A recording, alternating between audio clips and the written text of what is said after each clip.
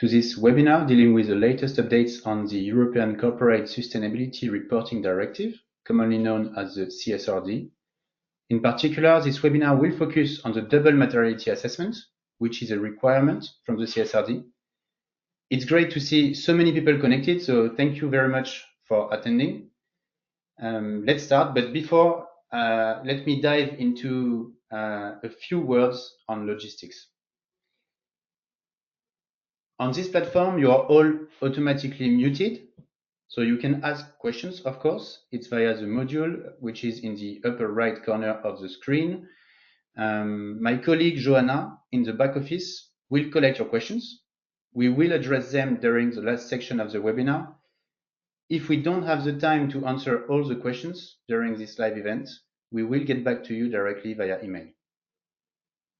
Also, if you have any technical difficulties during this webinar, please contact us directly at the address that is written on the screen right now, so events@southpole.com. And finally, know that this webinar will be recorded, and you will receive by next week an email with both the recording and the slides.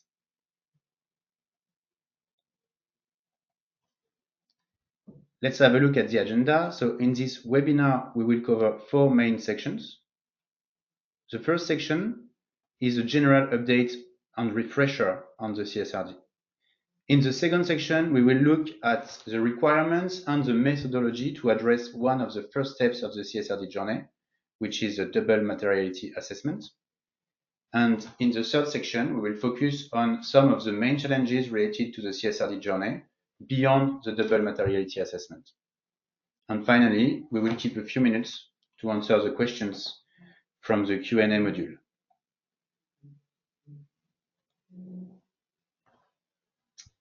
Now let me introduce the speakers for this webinar. Axel Charlier from the Brussels office. She is a senior consultant, expert in ESG analysis and in double materiality assessment. Bernardina Vietes from the Paris office. She's a senior consultant working on how the CSRD impacts and will impact companies on their sustainability journey. And my name is Maxence Finot. I'm a senior manager from the Paris office, and I'm leading our regional CSRD offers. Without further ado, let me hand over to Bernardina, who will take you through our first section, the general refresher on the CSRD, what CSRD is, and what CSRD implies for the sustainability journey of the companies. Thank you, Maxence, and good morning, everyone. Very happy to be here with you today to discuss about this important regulation. So thanks very much for taking the time to join us. So let's get started. So CSRD stands for Corporate Sustainability Reporting Directive, and as the name says, it's all about sustainability reporting. So it's a regulation that is from the European Union, and it emerges as part of the European Green Deal. And what it does is amending the previous sustainability reporting regulation in the region, enlarging the companies that are in scope and also asking for more exhaustive data points. So as you can see in the first box, what it does is providing an ESG strategy framework through which companies can report their impacts, risks, and opportunities on ESG topics. When we say ESG, we refer to environmental, social, and governance topics. So it does provide like a common ground that companies can use to report, and this is good because stakeholders will be able to see more information from these companies. This information will be disclosed in a more transparent manner because the CSRD provides a clear guidance on what needs to be disclosed, and hopefully at the end, it will generate more accountability within companies on their impacts, risks, and opportunities. So within the stakeholders, we also have, of course, investors. And the good thing about this common ground is that investors will be able to compare the ESG performances of different companies. So at the end, they will be able to spot which are the companies that have a better ESG performance, and this will hopefully channel more financing towards what we call sustainable investments.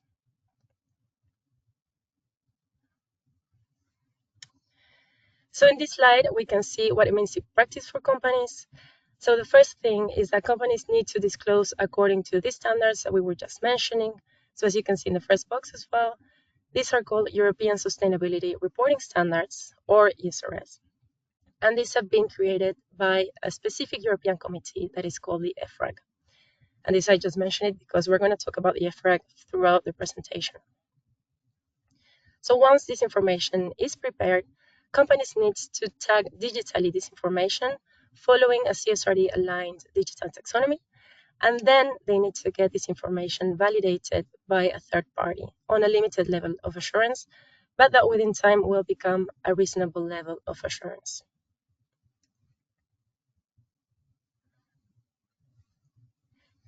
So in this slide, we have the implementation timeline. As you can see, we have different years.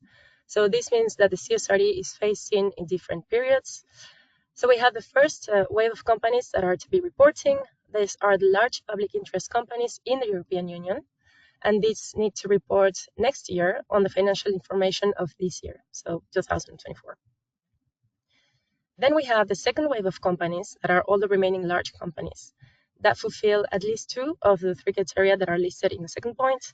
So we have more than 250 employees, more than 25 million euros in assets, and more than 50 million euros in turnover. And here just a heads up, because you may notice that the two last thresholds, so assets and turnovers, have increased in the last months. So these companies need to report in 2026 for financial year 2025.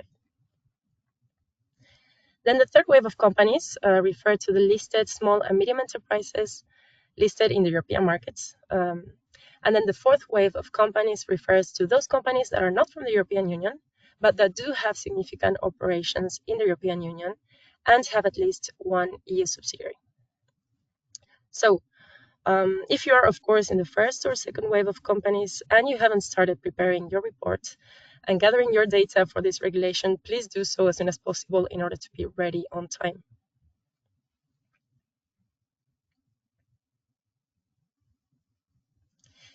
In the slides, you can see that we have the structure of this first set of standards. And here, just a quick comment on why I say first set of standards. This is because this is the first set to be adopted by the European Commission and applicable to the first and second wave of companies that we saw just before. But keep in mind that there are other standards that are specific to SMEs, specific to some sectors, and also specific to the non-European companies that need to report. So if we go back to the slide, you will see in blue at the top of the slides that we have two cross-cutting standards, and this means that they refer to broad sustainability topics and that will always be mandatory for all companies. So these are general requirements and general disclosures.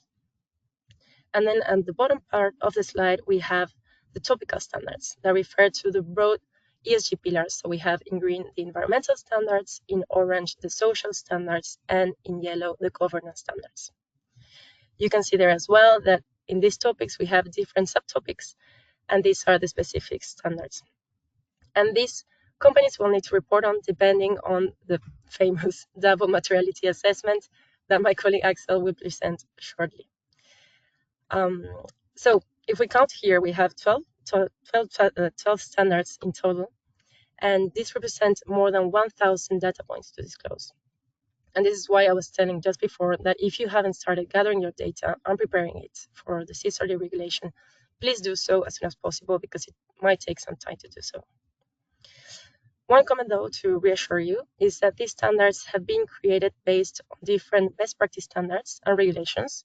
So we might have, for example, the CDP, so the Carbon Disclosure Project, the GRI, the Global Reporting Initiative. We might also have the EU taxonomy. So if you're already disclosing against these standards and regulations, you will see that there are some points that are repeated, and so you may have already the information that is needed.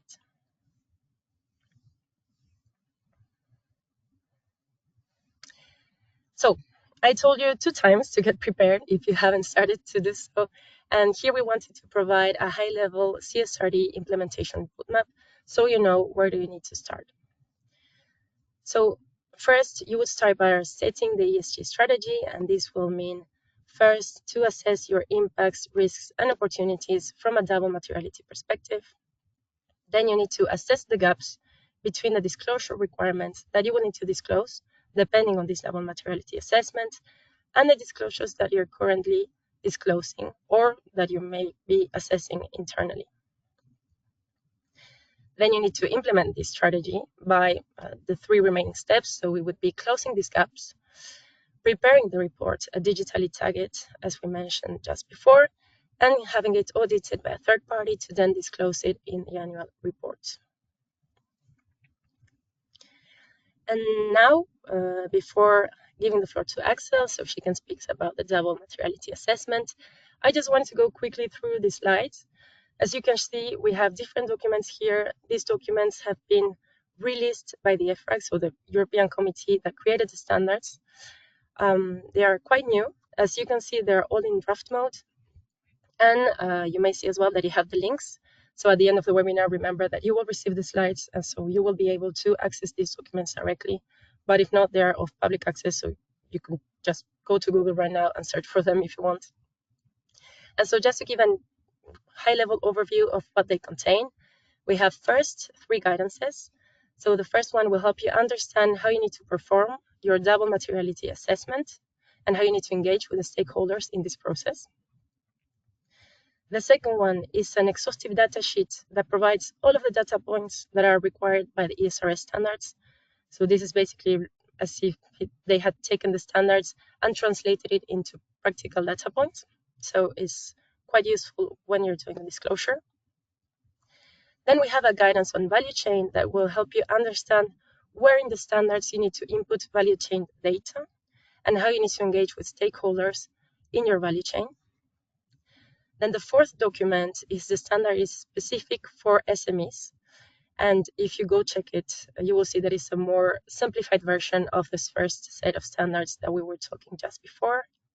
And then the last document is the one that will provide you a guidance on how you need to digitally tag your information in order to be aligned with the CSRD. So please go read them because they are quite useful for the disclosure on the CSRD. And with this, I give the floor to my colleague Axel on the double materiality assessment. And just please remember to keep posting the questions so we can address them at the end of the session. Thank you, Bernardina, for the introduction on CSRD. And thank you all again for joining us today on this discussion about the double materiality assessment, which is your very first step in the CSRD journey. So the double materiality refers to the inclusion of 2 perspectives in evaluating the ESG topics. The first perspective is the impact materiality. So how does a company's activity and value chain impact its world on environment, social, and governance topics? And the second materiality is the financial materiality. How does the world affect the companies and its value chain operations from the financial perspective?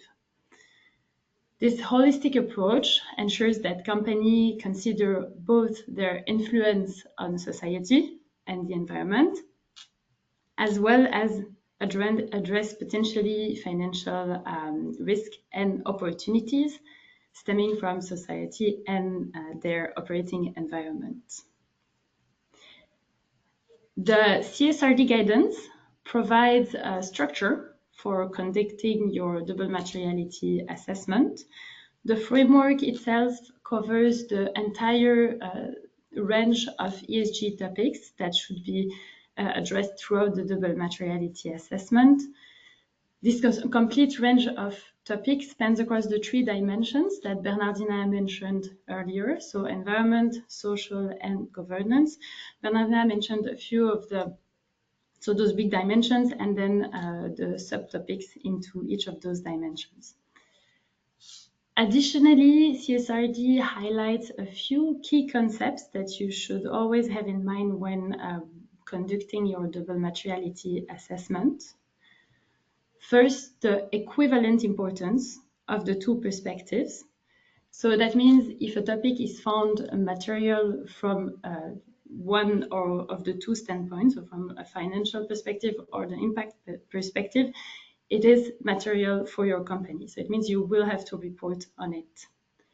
For example, if we consider a multinational food producer generating vast quantities of packaging waste, although it may not seem financially material at this point, you will have consumers, NGO, policymakers that demand sustainable alternatives, as packaging waste impact their ecosystem and their environment, ending up in rivers, ocean, and so on. So despite lacking maybe the instant financial impact, it has to be considered material and reported on, as it is material from the impact perspective at least. The second important key concept that CSRD emphasizes on is the importance of engaging with all potentially affected stakeholders through your value chain to inform and refine your double materiality assessment. And that ultimately helps you build a materiality that is fully representative of your business ecosystem. And third, it's important to consider the relevant time horizons. So a sustainability topic may be material from an impact or a financial perspective, but in the short, medium, or long term. Now, how do we translate those steps into our methodology? Well, we build on the double materiality assessment as framed by CSRD, and we developed a 4-step methodology derived directly from the guidelines from EFRAG. I will give you a short introduction of each of those steps you see here in the slide, but we will dig a bit deeper in the next slides into each step. So step A, scope. We build an exhaustive list of ESG topics tailored to your business activity and to your specific operating landscape.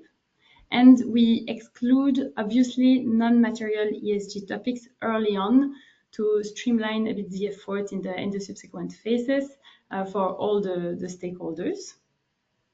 In step B, engage, we map all potentially affected stakeholders to be involved throughout the double materiality assessment, and we outline and design the consultations that are expected with each of the stakeholders grouped throughout the assessment. Step C, assess. So this is really the heart of the exercise. That's where the heavy lifting goes. And we measure the actual score of impact and financial materiality based on both quantitative data and qualitative insights from the stakeholder engagement. These scores ultimately inform your reporting obligation and the topics to be included in your CSRD report. Then step D, additionally to providing you with a detailed documentation of each step in the process and the complete documentation package that is ready for audit and compliance need, we create a combined matrix that includes impact and financial materiality. So the two perspectives are combined in one visual, which has proven quite useful not only for audit purpose, but also for internal use and communication purposes. Please keep in mind that transparency is the key of this exercise. It's really the foundation of a successful CSRD journey. So we make sure to provide a transparent report that will support your credibility and strengthens your position to stakeholders when disclosing. Now we can dig a little bit further into each of those steps. So I can give you more insights. Yeah, step A. So scope. CSRD itself required to build an exhaustive list of ESG topics to be covered throughout the assessment. They already laid down the foundation for a quite extensive list, But using this baseline, our methodology complements the list with additional ESG topics that are specific to your business, your activity, your operating context, and your value chain. The objective is really to cover all aspects of your business during this assessment. You see on the slide an illustrative outcome highlighting the obviously non-material topic. And so the non-material ESG topic that we did not cover for the rest of the assessment. Again, with proper documentation is a must. A robust rationale is crucial before excluding a topic. So to ensure the transparent and auditable double materiality assessment. So this step is, we remain conservative anyway to not miss any aspect that would be interesting for your business. But for example, if we take a software company, we could fairly assume that animal welfare, for example, will not be material from either perspectives. So it can be excluded as of this first step. Now moving to the second step, step B, engage. Yeah. So moving into this step, remember that CSRD requires the double materiality evaluation to span across the entire value chain. So that means all upstream and downstream actors should be included in the assessment. It does require to explicit and report on the involvement of all affected stakeholders. Always with the transparency at the heart of the process.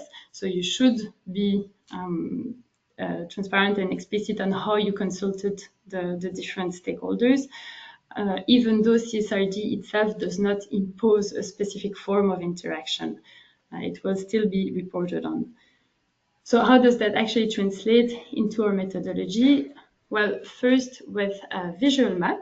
So we map your business interaction as illustrated here on this line, on this slide. So you have the upstream stakeholders in gray on the illustration, and then the downstream stakeholders in yellow here on the illustration.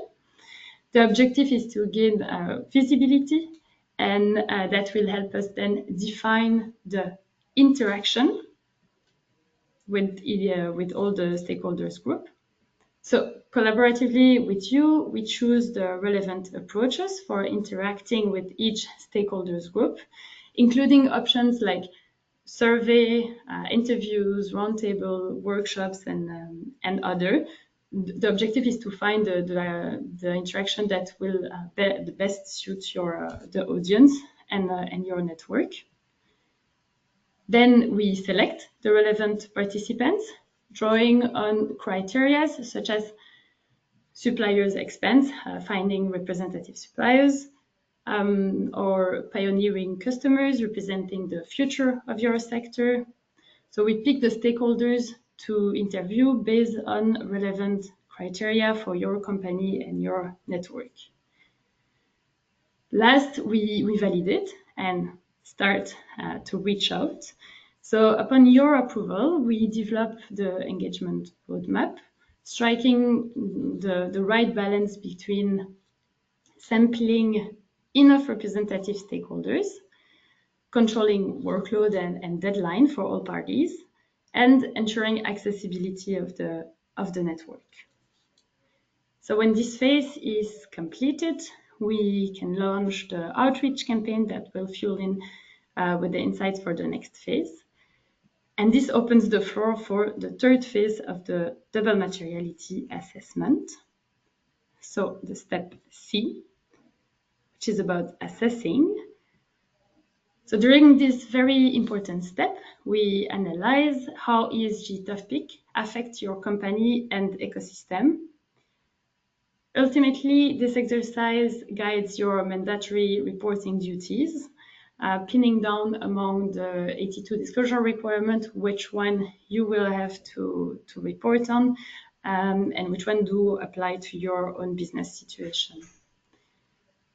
for this step, CSRD really seeks objectivity and comparability across assessments. However, they do emphasize that any results obtained through this type of assessment must be balanced and challenged with expert consultation, stakeholders' insights, and necessary adjustments that would be relevant to your business context and your activities before completing the assessment.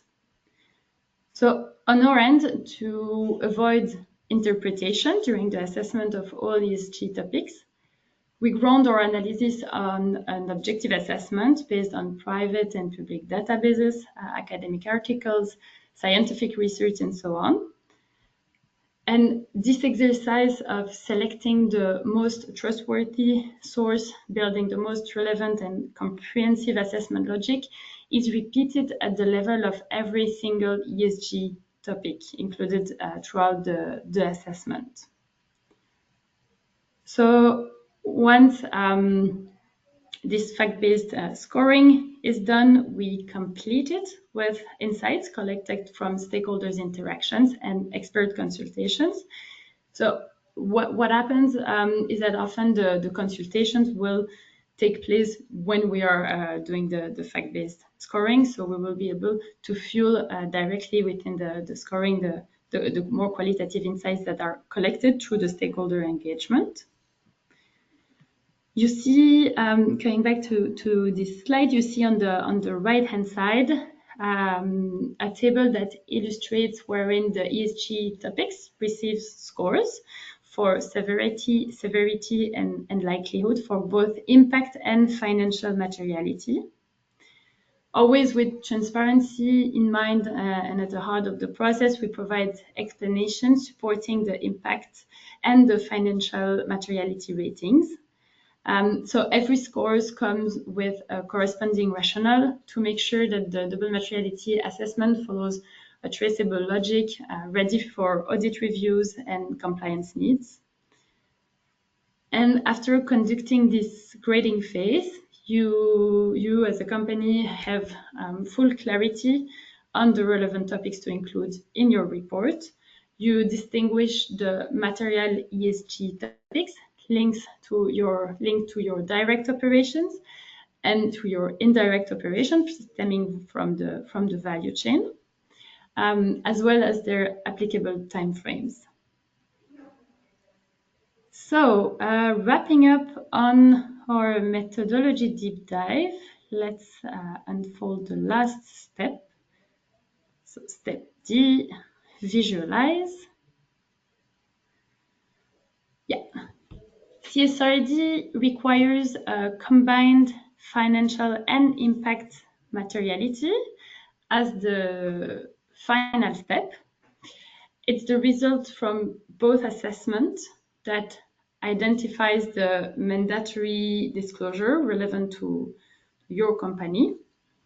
So on top of delivering a fully transparent record and documentation, we provide you with a visual of the double materiality assessment outcome for both direct and indirect operations. Here you see on the slide illustrated two combined matrices, one matrix for direct operations and one for indirect operation. Maybe one thing I didn't mention yet is just that we do split direct and indirect operation for your own discussion afterwards to gain also clarity on how to best tackle a topic and where it's stemming from in your value chain. But so anyway, here you have the two matrices. The first one about your operation, the second one about like indirect operation. All material topics are represented on the slides, with the most material one in the top right corners. And the size of the dot itself represents the time frame for expected materialization of the impact. This kind of visual often triggers or supports productive internal discussions on ESG strategies and priorities. For example, if you identify a highly material topic in the upper right quadrant, you can ask yourself as a company, okay, do we address this topic? Does our current approach handle this already adequately? Should we complement our initiatives? Should we have more initiative to tackle this specific ESG topic? So yeah, from there you also have a strategic objective that can a discussion that can happen after the, let's say, the more compliant double materiality assessment phase. So we are coming to the end of this deep dive on our methodology. I hope it was useful, that you have a bit more clarity on how we address this double materiality assessment. Please remember to add any question you have on the dedicated Q&A box, and we'll do our best to answer it as much as possible. And I will leave the floor to Maxence to discuss now the challenge rising along this CSRD journey. Thank you, Axel, for this explanation on the double materiality assessment methodology. So let me go back to this slide that Bernardina showed you earlier. It's a good overview of the steps to come, and I want to focus on some challenges you may face along the way. Just keep in mind that all the steps described by Axel in the previous section, they feed the first chapter only of the CSRD journey, which is the double materiality assessment grayed out in this slide. When running this DMA phase, double materiality assessment phase, there are a few success factors that companies need to have in mind. So the first success factor is you need to ensure the buy-in of the board and the buy-in of the decision makers of the company as early as possible. You want also to prevent any black box situation regarding the methodology, regarding the process. This is key to avoid any unwanted surprises, any misalignment when presenting the results.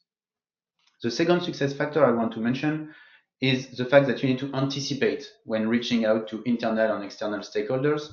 You need to do it as early as possible in the process, because it can be long to plan the interactions, it can be long to reach the stakeholders with questionnaires, with interviews, and it can be long also to get all the necessary inputs from them. The third success factor in this double materiality assessment phase is do not underestimate the importance of simple visuals. As you understood, the double materiality exercise is a complex one. It involves many parameters, many scoring criteria. So the double materiality matrix and the detailed deliverables that Axel showed you are also a powerful Kickstarter for internal discussions on the next strategic steps that you will need to undertake. Now let's look at the next phases of the CSRD journey and at the challenges and questions that companies should expect once the double materiality assessment is done. The second step on this slide is assessing the gaps between the information you need to report and the information you are already ready to report, meaning the information you already have on the shelf. Depending on the results of the double materiality assessment, it can mean performing a gap assessment on up to 1,000 data points, either qualitative or quantitative. And because of this large number of data points to report, it can be quite time-consuming to run this gap assessment manually. So just know that some companies offer digital tools to guide you through this process, this gap assessment process. And South Pole does offer a digital tool, so don't hesitate to contact us if you are interested. The third step on this slide is closing the gaps. So if you are in the unlikely but ideal situation where data is not an issue in your company, you are ready to disclose all required data points, well, congratulations, you have no gap to close. But for the other companies, this is the actual hands-on phase. This is where you have to implement new projects, new governance, new processes. The goal of this phase is really to improve your ESG performance, improve the way you measure your ESG performance, and also reshape your ESG strategy. South Pole can also help you on specific topics for this closing the gaps phase, especially on environmental topics. So let me do a quick aside on this phase, closing the gaps. On this slide, you can see all the environmental services that South Pole can support you with in each category of the environmental pillar of the CSRD. South Pole has been offering this range of services for a while now, but all these services are now fully adapted to the CSRD requirements.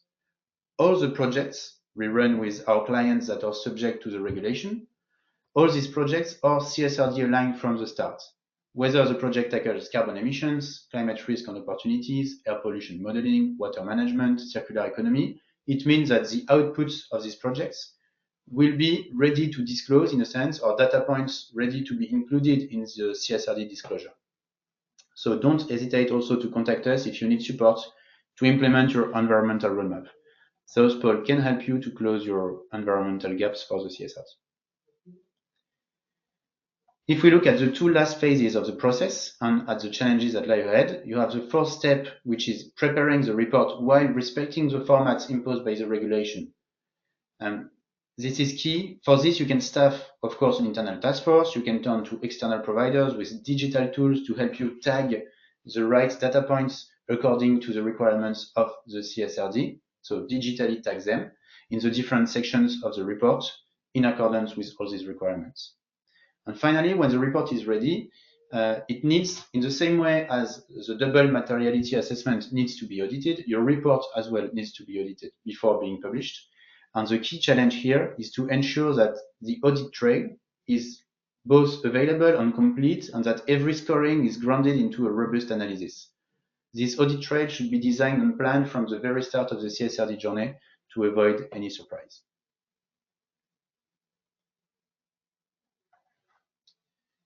So these CSRD challenges can be seen as an onion with several layers. So your knife needs to cut through the first layers. You may cry a bit, but it shouldn't stop you from reaching the central layers. The first layer, the external layer, is data and reporting process. It's the most obvious one because you have an impressive amount of data points to report. On top of that, the fact that all the regulation covers both impact materiality and financial materiality, as explained by Axel earlier, this can add complexity to the type of data that you need to gather. This is why data management is a key success factor. Companies need to improve how they collect, how they process, how they verify ESG information. And companies must also invest in robust data management systems and processes while improving the collaboration between the different functions, such as finance, sustainability, and IT. Which brings us to the second layer, governance and accountability. So data is necessary, but it's not sufficient. You need to drive your ESG performance in order to improve your CSRD answer. And effective governance is key to ensure that. You need to ensure that sustainability topics are addressed at the right level in the organization and with the right level of care. Under the CSRD, the board and the senior management, they need to supervise sustainability impacts, risks, and opportunities. They need to take responsibility because these topics will have long-term consequences on the company's performance. This means that companies must invest in resources and in training dedicated to sustainability, and they must also clearly define roles and responsibilities. For example, a potential lever is to link executive compensation to sustainability targets in the company to push for more accountability. Last but not least, the central layer, strategic planning. Integrating sustainability principles into strategic planning is vital for companies if they want to build resilience in a market that is evolving, in regulatory conditions that are evolving. So this is exactly the purpose of CSRD. This is why the CSRD considers both the impact materiality and the financial risk and opportunities. It means that sustainability is not only about doing things right from an impact perspective, it's also about winning on the market. It's about staying competitive. It's about staying relevant in new conditions. In practical terms, it means integrating sustainability criteria into, for example, capital allocation decisions, internal initiatives, partnerships, contracts with suppliers and partners. So all this framework contributes to build the company's competitive advantage. Let me give you an example that shows how these three layers must come together. If we take the topic of climate change, many companies used to report and disclose their GHG emissions in the past years, which is of course good practice and it should continue. But in a CSRD mindset, this is not enough anymore. Now, what the CSRD asks you, even if for this topic it's not mandatory for now, it's to tell your wider story, your company story about climate. You need to tell this story in what we call a climate transition plan, which basically explains what your company should or will look like in a net zero emissions world in 2050 and how you will get there starting from your current situation. This transition plan, it includes not only GHG emissions accounting, but also target setting in terms of emission reduction. It includes an assessment of the risks and opportunities linked to climate change, how climate change will affect your revenues, affect your costs. It should include also the action plans that you have put in place to improve the company's climate governance and the company's climate resilience. It should include the go-to-market strategies linked to low-carbon products and services. It should include the financial provisions that you are planning, etc. So as you can see in this climate transition plan, the data layer, the governance layer, and the strategic layer, they merge into one strategic vision backed by its operational planning. By understanding how these dimensions speak to each other, companies can leverage the CSRD not only as a reporting obligation, but as an opportunity to enhance their sustainability performance and to create long-term value for the company and for all the stakeholders in the value chain. So these words mark the end of this formal presentation. I want to thank you again for attending this session. We can now enter the Q&A part, and I will hand over to Joanna to see if we collected some questions from the audience. Thank you. Thank you, Maxence, and thank you all very much for sharing all your questions. We got quite a bunch of questions, so I'm going to select a few of those. I'd like to start off with how are the ESRS standards aligned with other frameworks? Is it necessary to follow the ESRS even if other standards have been used? Okay. I can take this one. So the answer here is yes. If you are eligible to CSRD, you should abide by the CSRD requirements. It means that you should report the right data points, and it means also that you should tag all the information, all the relevant information, in a digital manner that is fit for the CSRD. So yes, you should do it if you're eligible to it. The advantage that you may have is that it's aligned in some way. So for example, the IFRS includes guidelines on how to measure climate risk and opportunities, how to disclose on emissions, etc. So if you follow this, it's in a way aligned with the requirements of CSRD. And you can find online, I guess on the EFRAG website, information on how the available frameworks and the standards align with CSRD. But yes, if you're eligible, you need to do it. Thank you, Maxence. Then I've got another question. What is the source of this ESG topics list for the material assessment? I guess this one is for me. Mm-hmm. So the source, as we mentioned during the webinar, the ESG topics list builds both on the source that is already provided by CSRD, because CSRD provides the ESRS, which are the topical standards. Then within each of those ESRS, you have topics, subtopics, and as they call it, subtopics, which we translate obviously into a more, let's say, user-friendly terminologies.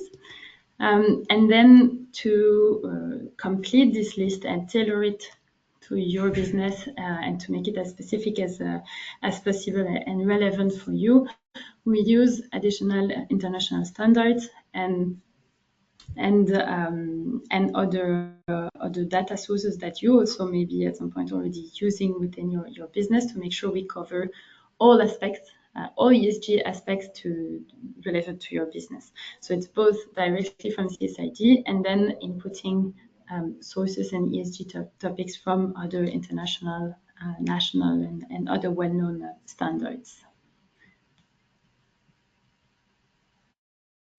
All right, thank you very much, Axel. Let's see. So I've got another question on the double materiality. So after identifying a topic as material from both perspectives, are we required to disclose all qualitative and quantitative requirements inside that ESRS standard? For example, disclosing all standards inside E2, even though the only material topic identified is pollution of air. Maybe I can go for this one, except if you want it, Axel. So the short answer is no. You just only need to report on the data points that are material to your company. So in this example on pollution, we do have the standard on pollution, and as you're mentioning, we do have pollution to soil topics, pollution to water topics, and pollution to air. So if you found that for your company only pollution to air is material, then you only need to disclose on the data points on pollution to air.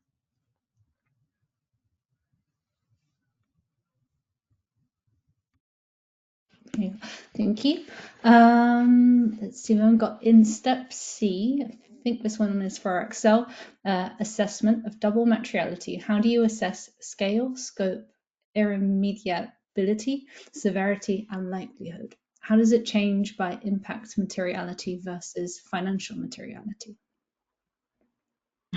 Thank you. Yeah. So basically, how do we do the entire assessment process? Yeah. Well, the assessment. So you know, CSRD already laid down quite a few steps and guidelines to do the assessment from the impact materiality and the financial materiality perspectives. So obviously, we follow these steps, but we tailor the methodology to be as specific as possible. So, for example, on the impact materiality, to provide the fact-based scoring for the severity, so including gravity, scope, and irremediability scores, we will base our assessment on the sector of activity, on the locations of activities of the companies and its value chain, as well as we identify and we assess the nature of the impact itself, so that rationale and that exercise is done at every single topic level. So we find the source that makes the most sense to provide a fact-based score for those three dimensions of the severity. And then on the financial materiality, obviously we will use the company's specific data to provide an objective scoring. The steps being different for both materiality, as described by CSRD, we follow those steps, and then we tailor it to go a step further and make sure we have a robust methodology that is then transparent. Thank you again, Axel. I've got another question for you just to follow up. So in the visualization of results, how do you differentiate between direct and indirect? Yeah, sure. So in the visualization, like, remember the visualization is really, it's not there is no specific visuals that is mandated by CSRD, so it's completely fine to go with a matrix or to go with anything else. The double materiality assessment is first a compliance exercise, but so for us, and what we found quite useful is to have one matrix representing the direct operations, and one matrix that represents the indirect operations. So you can have both visual, and that's the way we very simple way we split in the end the visual. Right, and then I've got another one for you. So the materiality assessment can indicate a large number of material topics for a company. In the matrix, do we express them all? It won't be express them all. So can we group them based on ESRS standards? Yeah. No, yeah, that makes sense. So the visual is it's a tool for your own use for communication purpose as well. So it does make sense to group them and to not overwhelm whoever that matrix or whoever that visual would be presented to with so many topics on the visual that you don't even know how to read it. So definitely it's a good way to go to consolidate under ESRS, for example, but also, if more relevant to you, to tailor it to your own terminology for your company, pending that it remains obviously appropriate and representative of the ESG topic that's underlying this more communication-focused terminology that could be used. All right, thank you very much.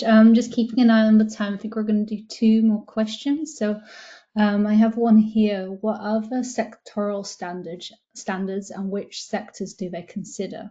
Should we expect to have additional requirements for example, the automotive sector? Yes, I can take this one.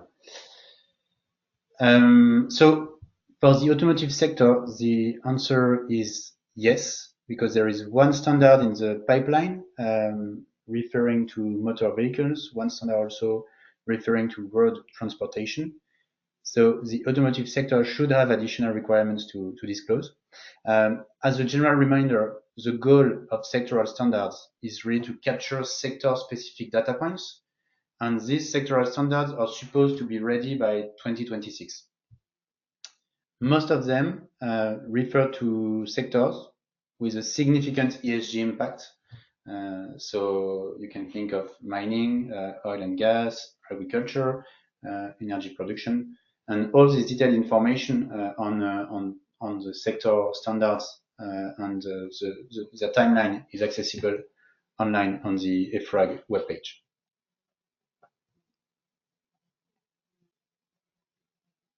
All right, and then as a final question to wrap it up, is it true that there is some information that is not needed from the first year of reporting? I can provide an answer to this one. So it is true. There are some disclosure requirements or data points that are not needed from the first year of reporting. So there is an exhaustive list provided in the SRS. I think it is in the General Requirements Standard or the General Disclosure Standard. So there you can find the list, but just to provide an example. So for example, for all companies, the data points or the disclosure requirements that are referring to anticipated financial effects of risk and opportunities is phased in by 1 year or can be disclosed qualitatively for the first 3 years. And then there are some specific disclosure requirements that are phased in depending on the size of the company. So if the company has less than 750 employees, so for example, here there are some social standards that are phased in by 2 years. I think is social standard, not the first one, but the other 3. But yeah, you can access the list in the standards. It's very exhaustive and yeah, it's useful. Thank you very much, Bernie, and thank you, Axel and Maxence as well. And thanks to all of you for attending today. We will follow up soon with an email where you can find the webinar, a few key reads, and everything you need to know to move forward. And otherwise, we'd love to wish you a lovely day and hope to see you again. Thank you. Thank you.